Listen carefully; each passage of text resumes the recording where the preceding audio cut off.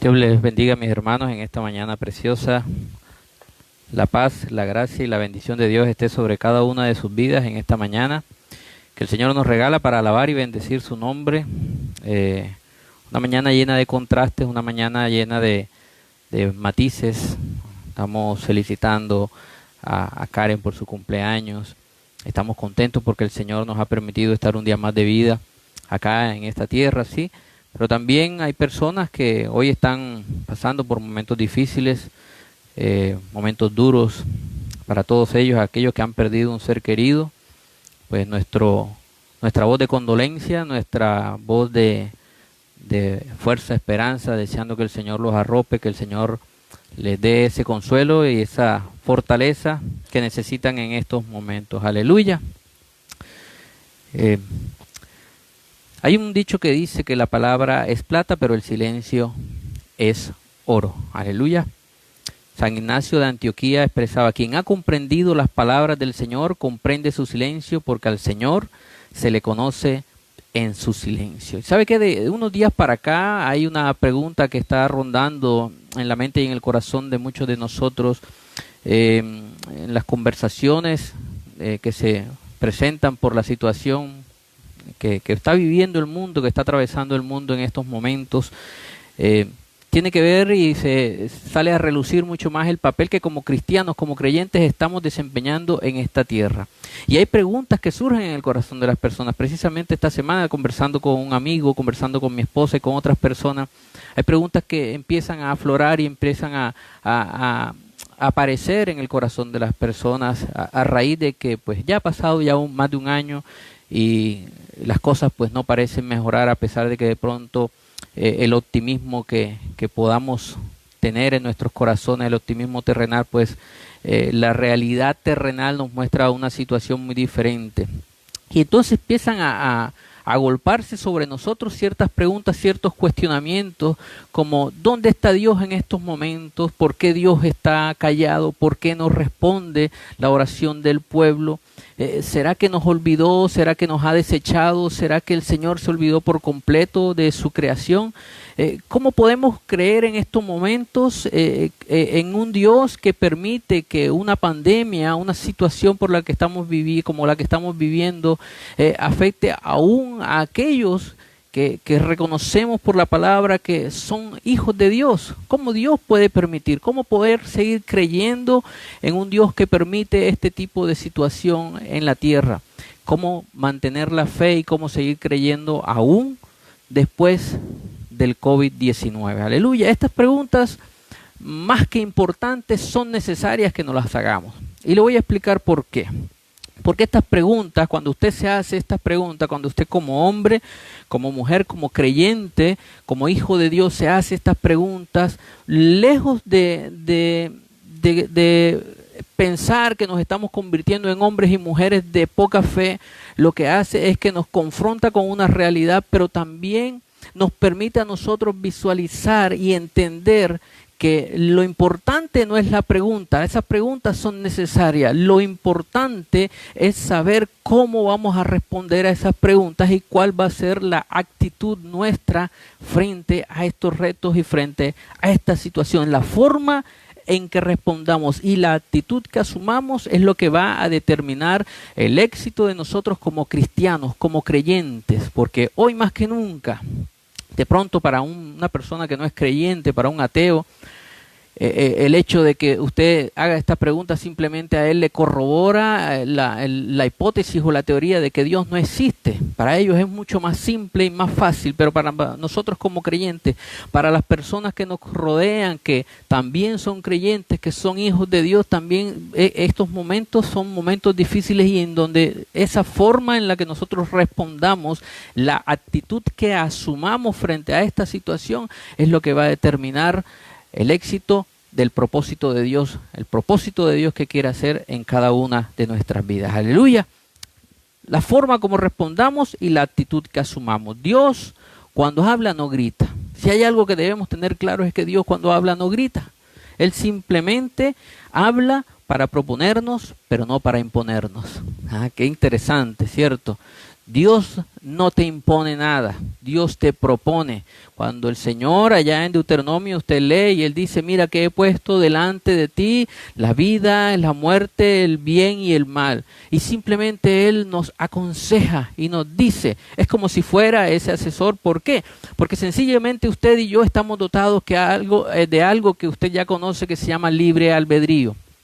Nosotros, más allá de lo que pueda pensar el no creyente, el ateo, no somos títeres, no somos marionetas, no somos objetos con lo que el Señor se entretiene o se divierte viendo sufrir. No, el Señor simplemente coloca dos caminos y te dice, mira, he puesto estos dos caminos, escoge pues la vida.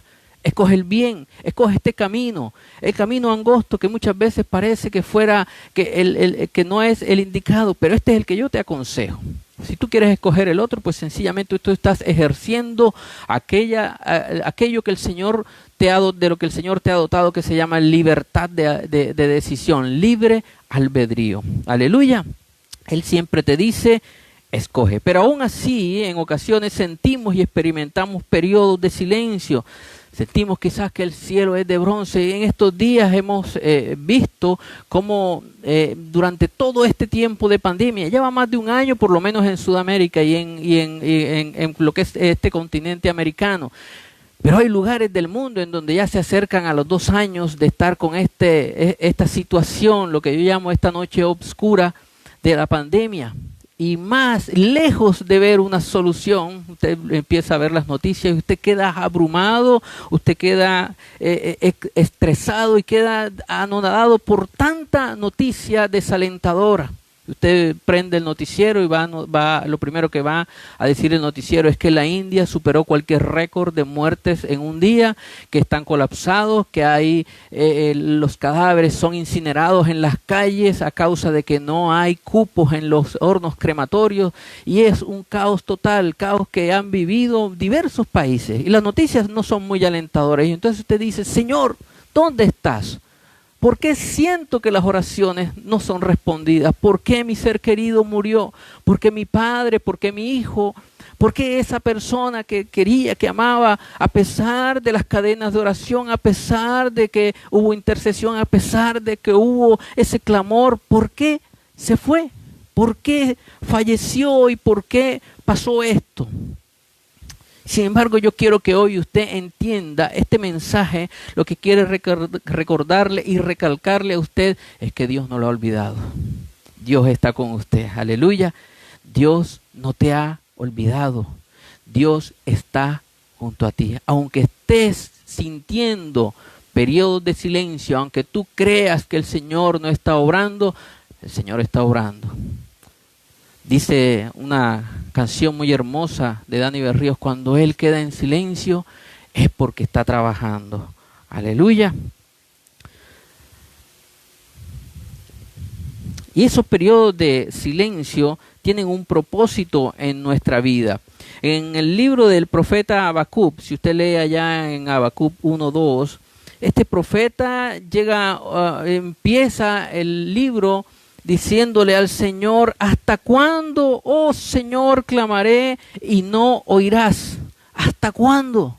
¿Hasta cuándo? Este profeta, era la queja del profeta Habacuc hacia Dios. Señor, yo estoy clamando, yo estoy pidiendo, yo estoy orando, pero ¿hasta cuándo he de clamar sin que tú me escuches? ¿Por qué no me escuchas? ¿Por qué no escuchas el clamor? Y sin embargo, a pesar de esa queja, había en el corazón de Habacuc un conflicto torturador por la compleja situación histórica que le tocaba vivir. Había algo tremendo que estaba pasando en ese momento en la historia de Judá, y era que a causa de la maldad, Habacuc estaba clamando a Dios para que hubiese justicia. Si usted lee el versículo 3 y el 4, dice: ¿por qué me haces ver iniquidad?, declara el profeta. El profeta le está diciendo: Señor, ¿hasta cuándo he de clamar y sin que obtener respuesta tuya? ¿Por qué me haces ver iniquidad y haces que vea molestia? Destrucción y violencia están delante de mí, y pleito y contienda se levantan, por lo cual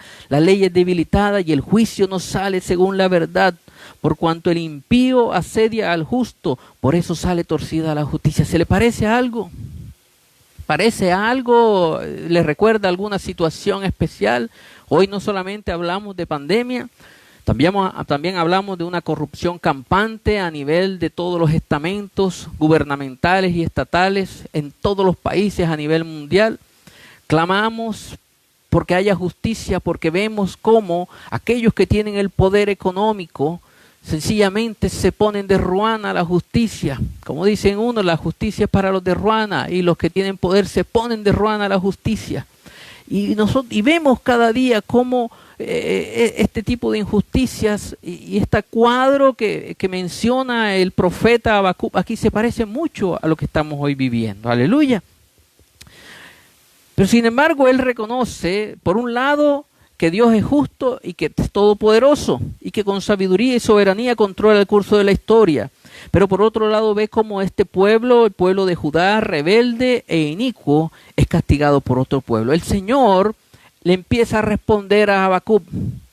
Hubo un periodo de silencio en donde Habacuc clamaba, pero el Señor no le respondía. Y de pronto el Señor le dice: ¿sabes qué? Voy a levantar un pueblo que va a venir y va a tomar este pueblo. El Señor le dice: ok, listo. De pronto el profeta entiende, pero más continúa el Señor y le dice: ese pueblo es el pueblo de los caldeos.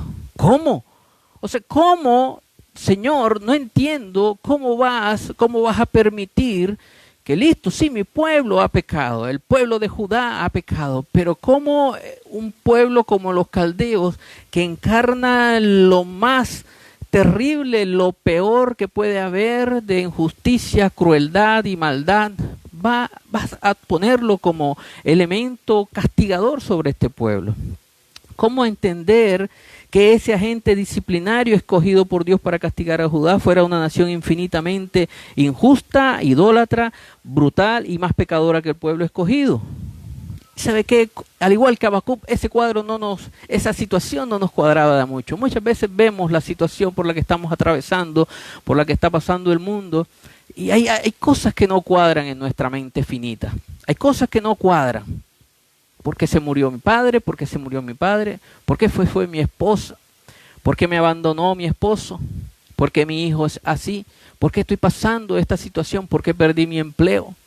Y hay cosas que no cuadran. ¿Por qué si yo soy así? Muchas veces estas situaciones no cuadran en nuestra mente. Y sentimos en esos momentos que el Señor está callado, está silencioso, pero muchas veces el que nosotros creamos que Dios está lejos, que está en silencio o que está ausente, no significa que lo esté. Porque Dios siempre está trabajando a nuestro lado, cumpliendo esa promesa que nos hizo: nunca te dejaré y nunca te desampararé. Atesora esa palabra en tu corazón, mi hermano, mi hermano. El Señor lo ha dicho, lo ha prometido: nunca te dejaré y nunca te desampararé. ¿Recuerda la historia de José, el soñador?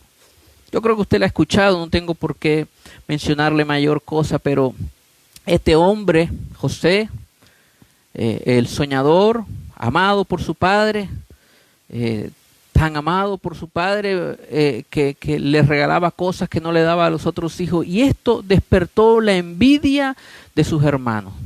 Este hombre pasó por cosas realmente difíciles, por situaciones realmente difíciles que uno no podría imaginar. La envidia de sus hermanos, la infamia, la crueldad y el abandono. Casi no les importó si moría o si vivía, simplemente lo vendieron sin importar la suerte que iba a correr este varón. Pero Dios tenía un propósito. Aleluya. Amén de eso, este hombre cuando llega como esclavo lo reciben en Egipto y lo recibe una persona muy importante y lo coloca como mayordomo de su casa. Y allá es acusado a causa de que la mujer de Potifar lo seduce y él, guardando su integridad, sencillamente corre y queda esta mujer con los vestidos en su mano. Y a causa de esto es acusado y enviado a la cárcel. No solamente recibe la envidia de sus hermanos, el olvido, el abandono, la injusticia, y ahora está en prisión. Ahora está en prisión. Pero ¿sabe lo más importante? Muchas veces, y hay ejemplos, hay muchos en la Biblia, cuando sentimos que estamos en esas prisiones, el Señor está ahí. Dice la palabra de Dios allá en Génesis 39, mas Jehová estaba con José y fue varón próspero y estaba en la casa de su amo el egipcio. Eso lo dice la primera vez cuando llegó a la casa de Potifar. Y después dice, y vio su amo que Jehová estaba con él y que todo lo que él hacía, Jehová lo hacía prosperar en su mano. Y ya cuando estaba en la cárcel, ¿sabe qué dice? Pero Jehová estaba con José y le extendió su misericordia y le dio gracia en los ojos del jefe de la cárcel. ¿Sabe que muchas veces estamos en las prisiones y sentimos que el Señor no está con nosotros? Pero hoy el Señor quiere que tú recuerdes que Él está contigo, así como estuvo con José. Y Jehová estaba con él y extendió su gracia y su misericordia. Hoy el Señor está extendiendo su gracia y su misericordia. Y el Señor quiere que recuerdes que Él está contigo a pesar de todo, a pesar de la enfermedad, a pesar de la muerte de tu ser querido, a pesar de los problemas económicos, a pesar de la amenaza de divorcio, la tristeza, la soledad, la depresión, a pesar del miedo y la desesperanza. En los momentos más duros y difíciles, Dios está a nuestro lado. El pueblo de Israel lo vivió de una manera que es un ejemplo para nosotros. ¿Sabe que durante 40 años estuvieron vagando en el desierto? No porque Dios lo haya determinado así. Ellos estuvieron vagando, fíjese que un recorrido que ellos pudieron haber hecho fácilmente en cuestión de semanas o meses, les tardó 40 años en llegar para poder tener la promesa. Y aún así, la generación que salió de Egipto, lo único que pudieron hacer algunos de ellos fue mirar la tierra prometida de lejos. Aleluya. Pero durante todo este tiempo, durante todos esos 40 años que estuvieron en el desierto, la mano de Jehová estuvo con su pueblo. En Deuteronomio 8:24, el Señor, ya ahí a las puertas de la tierra, de la bendición, el Señor les dice, y te acordarás de todo el camino por donde te ha traído Jehová tu Dios estos 40 años en el desierto. Y les dice el motivo, el propósito de Dios para afligirte, para probarte, para saber lo que había en tu corazón, si habías de guardar o no sus mandamientos. Y mire qué tremendo, y dice, te afligió y te hizo tener hambre, pero te sustentó con maná, comida que no conocías tú ni tus padres la habían conocido, para hacerte saber que no solo de pan vivirá el hombre, mas de todo lo que sale de la boca de Jehová vivirá el hombre. Tu vestido nunca se envejeció sobre ti, ni el pie se te ha hinchado en estos 40 años. Aleluya. En el día nunca tuvieron calor porque la nube de Jehová se levantaba y los protegía del calor inclemente. Pero en las noches tampoco tenían frío porque una columna de fuego iba delante de ellos. Aleluya, el Señor no te ha desamparado. La diestra de poder del Señor ha estado con nosotros hasta el día de hoy. A pesar de las dificultades, a pesar de lo que usted pudiera pensar. Durante 40 años y a pesar del pecado, fíjese que estos hombres y estas mujeres, hubo un momento en el que Moisés se alejó del monte, se fue al monte para estar allá con Dios, y este pueblo, a causa del silencio de Dios, en vez de esperar o tomar una actitud diferente, lo que le dijeron fue al que había quedado en reemplazo de Moisés, a Aarón, le dice, ¿sabes qué? Levántanos un becerro para tener a alguien a quien adorar. Y ellos pensaban que estaban haciendo lo correcto y empezaron a hacer cosas que al Señor le molestaban a causa del silencio. Cuando vemos el silencio de Dios, cuando sentimos el silencio de Dios, nos desesperamos. Hay un dicho que dice también que el que espera desespera, ¿cierto?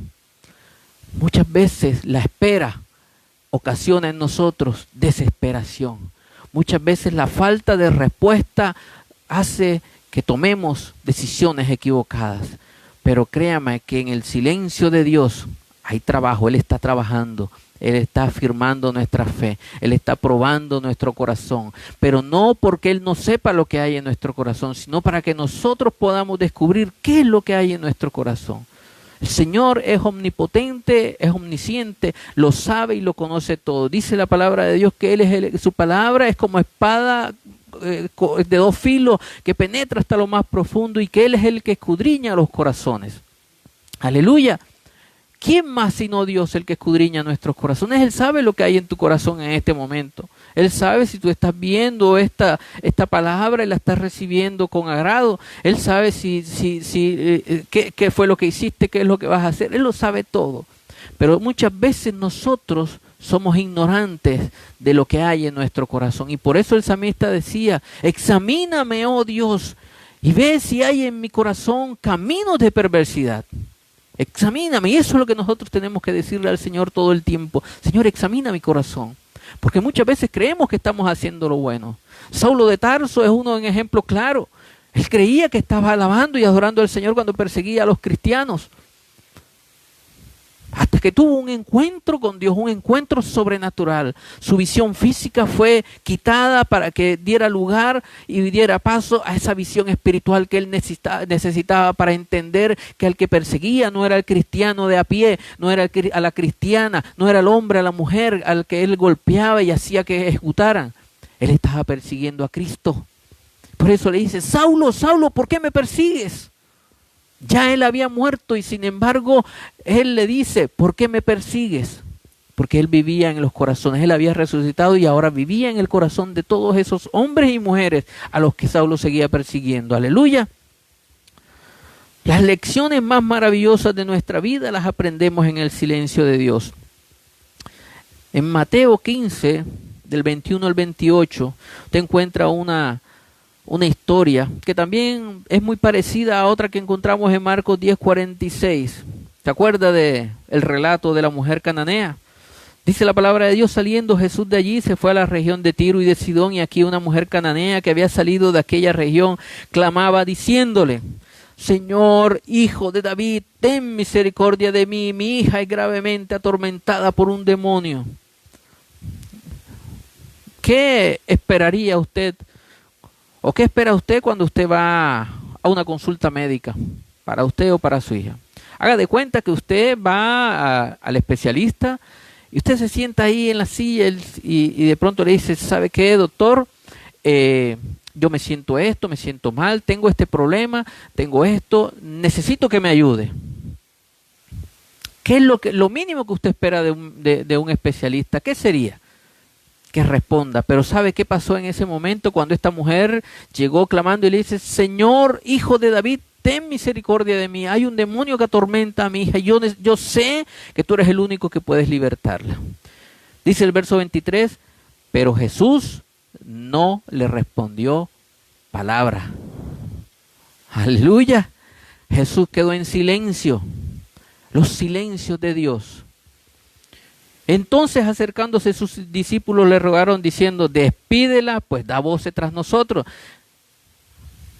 Cuando el ciego Bartimeo se entera de que Jesús va a pasar por su aldea, por ahí por donde él estaba, él empieza a dar voces y a gritar, Jesús, hijo de David, ten misericordia de mí. Y Jesús en ese momento siguió su camino. Y hay situaciones muy similares aquí.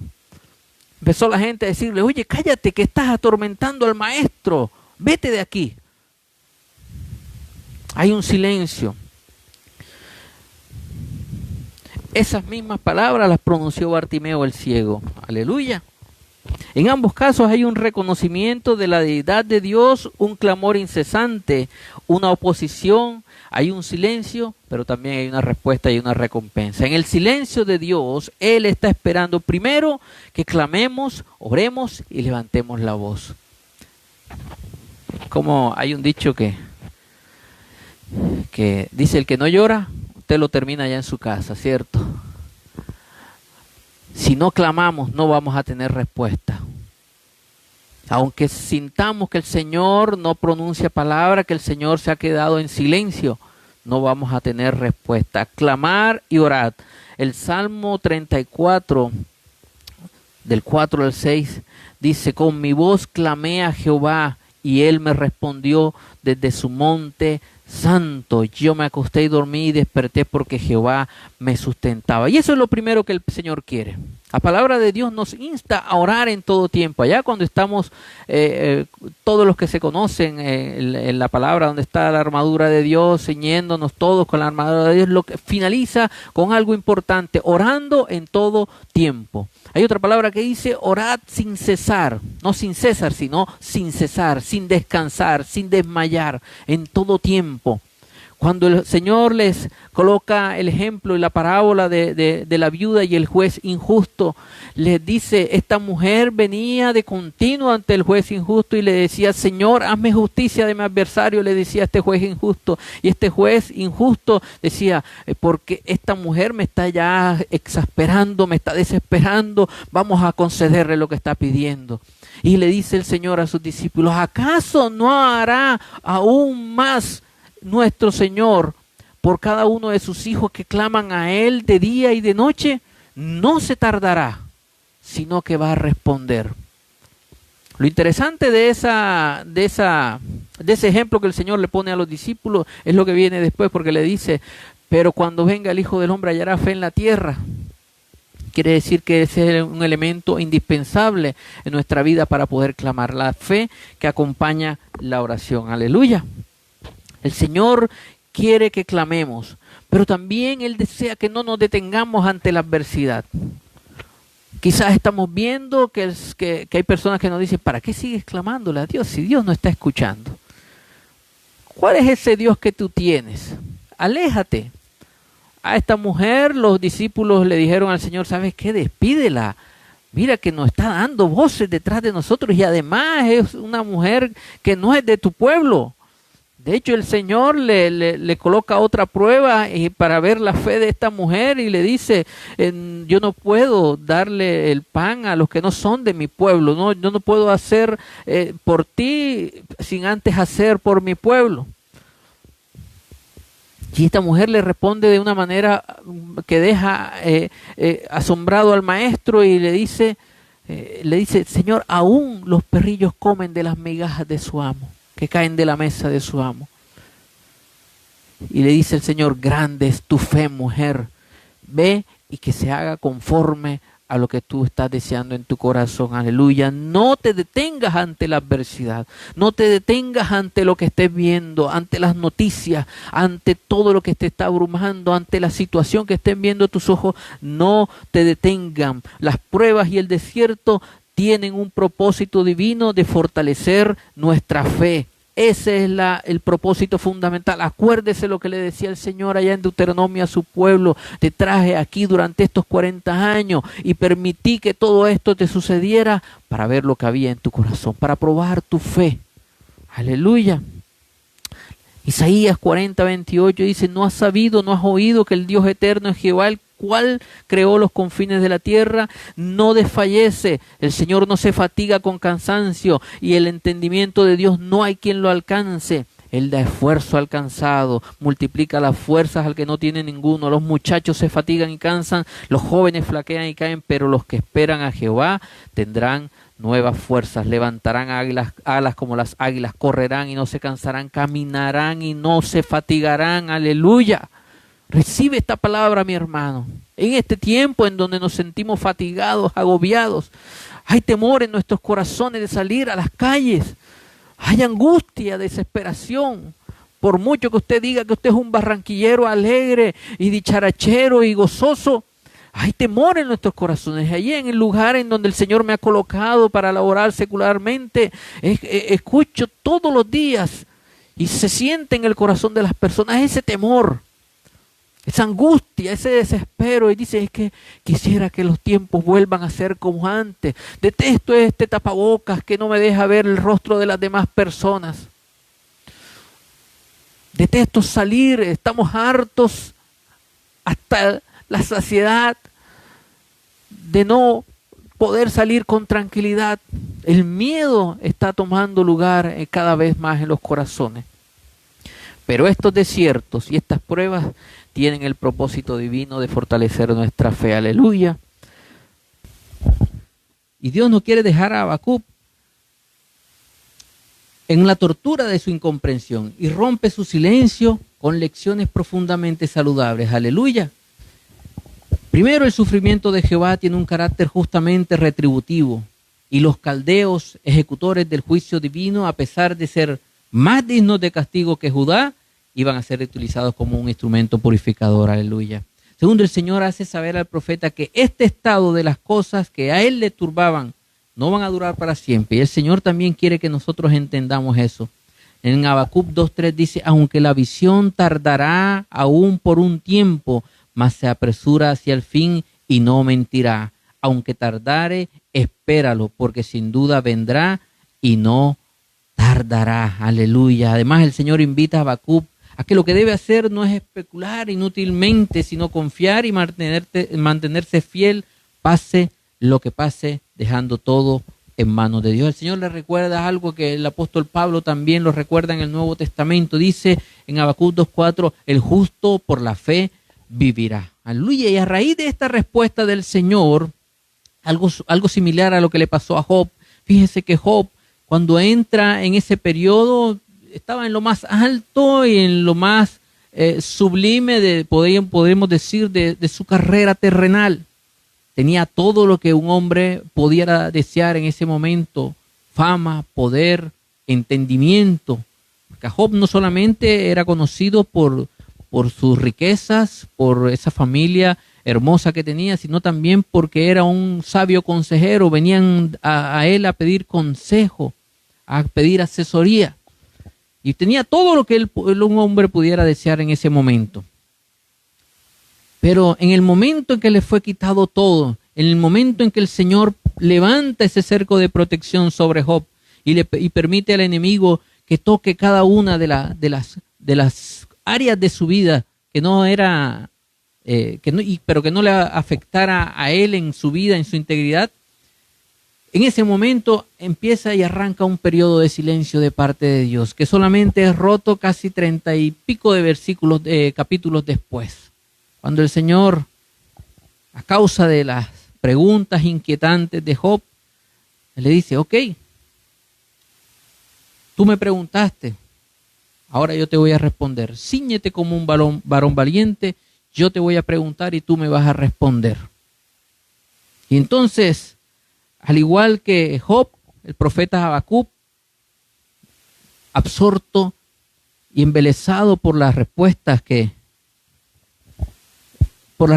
el Señor le estaba dando, entendió, impresionado y maravillado, y respondió con una súplica preciosa. Allá en Habacuc 3, dice: oración del profeta Habacuc sobre Sigionot. Oh Jehová, he oído tu palabra y temí. Oh Jehová, aviva tu obra en medio de los tiempos hazla conocer. En la ira, acuérdate de la misericordia. ¿Sabe que hay algo interesante en este pasaje? En el verso 1 dice: oración del profeta Habacuc sobre Sigionot. Y este Sigionot, cualquiera pudiera pensar que es un nombre de alguna persona. Sin embargo, es una notación musical que indica que este pasaje tenía que ser cantado con una actitud diferente, con actitud de alegría, de gozo por la victoria que el Señor les estaba dando. No era el nombre de una persona, era la actitud. Y el profeta dice: aquí voy a empezar a cantar porque he entendido lo que me has respondido, y porque sé que la victoria viene de ti, y porque no importa por lo que esté pasando, tú estás conmigo. Y dice: acuérdate en la ira, acuérdate de la misericordia. Y el Señor tiene misericordia de sus hijos, aún en medio de la ira, aún en medio del juicio, aún en medio de la desesperación. El Señor tiene misericordia de su pueblo. Aleluya. El profeta tiene suficiente, como lo tuvo Job cuando le dijo: Señor, de oídas te había oído, mas ahora mis ojos te ven. Había algo que estaba en el corazón de Job y que el Señor estaba trabajando. Y aún el Señor, cuando tiene un propósito en la vida de una persona, aún el enemigo lo utiliza como instrumento para cumplir ese propósito en la vida de un cristiano. Aleluya. El enemigo no lo sabe, pero él es un una herramienta también en manos del Señor, porque aún el enemigo se sujeta a los designios de Dios. El profeta ya tenía suficiente como tenemos usted y yo, y ya no importa lo que pueda suceder, ya no importan las preguntas sin respuesta, ya no importa lo inexplicable, ya no importa lo que va a suceder, el futuro, el porvenir, ya no importa nada de eso. Entonces, fíjese que empieza este capítulo 3, el profeta diciendo: tengo que cantar esto, tengo que cantarlo con una actitud diferente. Mientras en los capítulos 1 y 2 era una actitud de queja, aquí la actitud es de gozo, de alegría y de victoria. Aleluya. Y finaliza diciendo en el verso 17, una canción también que usted ha escuchado: aunque la higuera no florezca, ni en las vides haya frutos, aunque falte el producto del olivo, y los labrados no den mantenimiento, y las ovejas sean quitadas de la majada, y no haya vacas en los corrales. Mire lo que dice el precioso verso 18. Con todo, yo me alegraré en Jehová, y me gozaré en el Dios de mi salvación. Jehová, el Señor, es mi fortaleza, el cual hace mis pies como de ciervas, y en mis alturas me hace andar. Aleluya. No importa cuál sea la situación. Aunque la higuera no florezca, aunque la situación pinte, como dicen por ahí, color de hormiga, aunque la situación sea desesperante, aunque tengamos preguntas sin respuesta, aunque no veamos claro el futuro, aunque sigamos viendo esta oscura y terrible noche, con todo yo me alegraré en Jehová, en el Dios de mi salvación. Aleluya. El Señor aprovecha los silencios que usted y yo sentimos para hablarnos. El título de esta enseñanza yo le había colocado: un silencio muy elocuente. ¿Y sabe por qué? Porque cuando nosotros pensamos que Dios está callado, es cuando Dios está hablando. Es cuando Dios más habla. En Primera de Reyes 19, 11 al 3, hay parte de la historia del profeta Elías. Posterior a esa victoria maravillosa que había tenido allá frente a los profetas de Baal, y a causa de la amenaza que había proferido Jezabel sobre su vida, este hombre empieza a huir, a pesar de esa victoria tremenda, a pesar de que él estaba continuamente en la presencia de Dios. El Nuevo Testamento nos recuerda: Elías era un hombre sujeto a pasiones, igual que usted, igual que yo. Tenía miedo, tenía temor, sentía frío, desesperanza. Y allá fue y se sentó debajo de un enebro, y allí deseó morirse. Deseaba morirse. Le decía al Señor: Señor, no soy yo mejor que mis padres. ¿Para qué estoy aquí? Mira, y ahora están buscándome para matarme. Y en ese momento tenía miedo. Y él sentía quizás el silencio. Pero aún en ese silencio el Señor envió ángeles para que lo alimentaran. Y le decían: levántate porque largo camino te resta.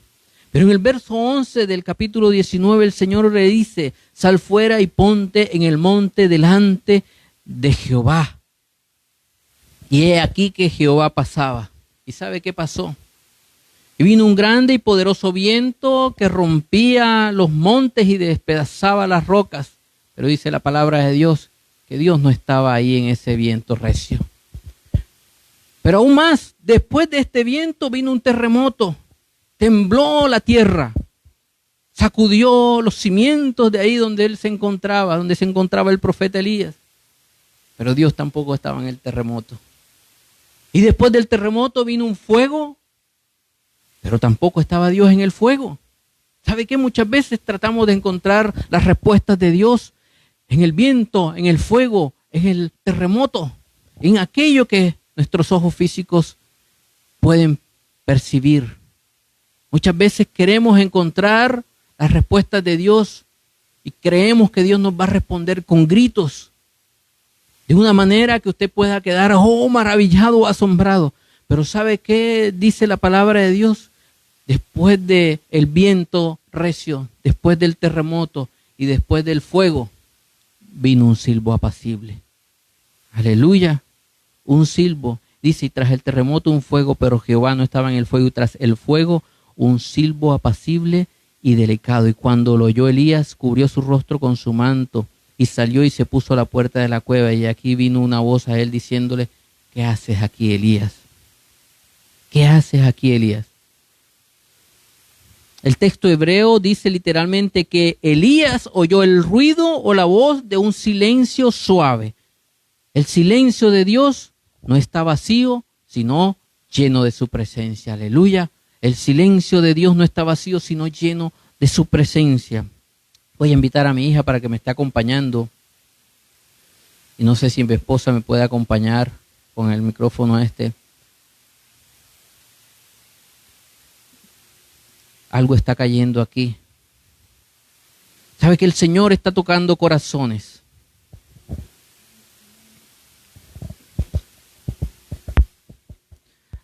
La semana pasada mi esposa compartía con nosotros una enseñanza preciosa y hablaba del apóstol Pablo. El apóstol Pablo fue otro de esos personajes bíblicos, al igual que Pedro, que pudieron sentirse desesperanzados, angustiados, estresados, desesperados, olvidados, abandonados allá en las prisiones. Pero lejos de eso, aprovecharon esos momentos para escuchar la voz en el silencio, para escuchar la palabra de Dios en esos silencios. Fue en esos momentos donde ellos pudieron tener y gozarse con esa preciosa presencia de Dios. Pedro y Pablo aprendieron en esas prisiones. Y decía el apóstol Pablo: olvidando ciertamente lo que queda atrás, hoy prosigo al premio, hoy sigo adelante hacia la meta, al premio, supremo llamamiento. ¿Por qué? Porque dice el apóstol Pablo, que lo que ahora él vivía en la carne lo vivía en la fe del Hijo de Dios. No importa lo que estaba viviendo, ya no importaban los títulos, ya no importaba su nacionalidad. Dice Hebreo de Hebreos, ya no importaba su conocimiento, su intelectualidad, ya no interesaba ni importaba el poder que él tenía para ir donde los sacerdotes y decirle: dame cartas para ir para perseguir a esos cristianos. Ya no importaba el que fuera conocido por personajes de la alta esfera de la sociedad y que tuvieran en gran estima su nombre. ¿Por qué? Porque ya todo eso era tenido por él como basura, por ganar a Cristo en su corazón. Aleluya. Lo que ahora vivo en la carne, lo vivo en la fe del Hijo de Dios. Mi hermano, el alfarero, nuestro Dios es el alfarero. Y el alfarero, si usted se pone a observar, el alfarero trabaja silenciosamente. Ahí en su rueda, él toma ese barro sucio, lleno de impurezas, deforme, y empieza a trabajar de manera silenciosa. Empieza a darle forma, trabajar. Ese barro somos usted y yo. Llegamos a las manos del Señor, sucios, deformes, golpeados, heridos, como dice Dante Gebel, rotos por la situación por la que sea. Pero el Señor está trabajando en ese barro y sabe que va a salir de ahí, no va a descansar hasta que saque esa vasija preciosa, esa vasija de honra. Muchas veces el Señor mira el trabajo del alfarero, mira esa vasija y dice: no me quedó como yo quería, voy a hacerla de nuevo. A veces es doloroso el proceso, pero el Señor está trabajando. Aleluya. Vamos a orar. Gracias, Señor.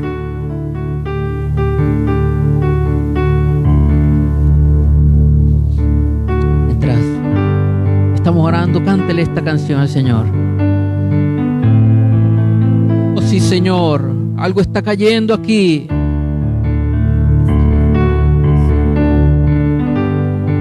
levante sus manos ahí donde está mi hermano. ¿Quieres tocar la gloria de Dios? Levanta tus manos ahí donde estás. Ahora no importa las preguntas sin respuesta.